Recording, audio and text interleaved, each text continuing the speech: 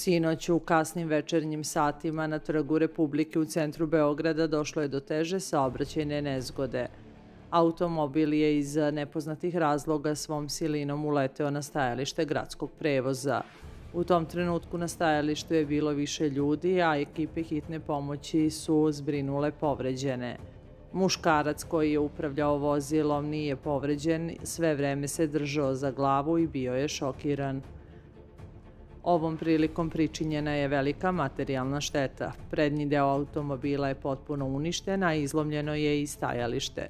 Popucalo je staklo, srča je rasuta svuda. Zapratite naš kanal i playlistu Balkanska hronika.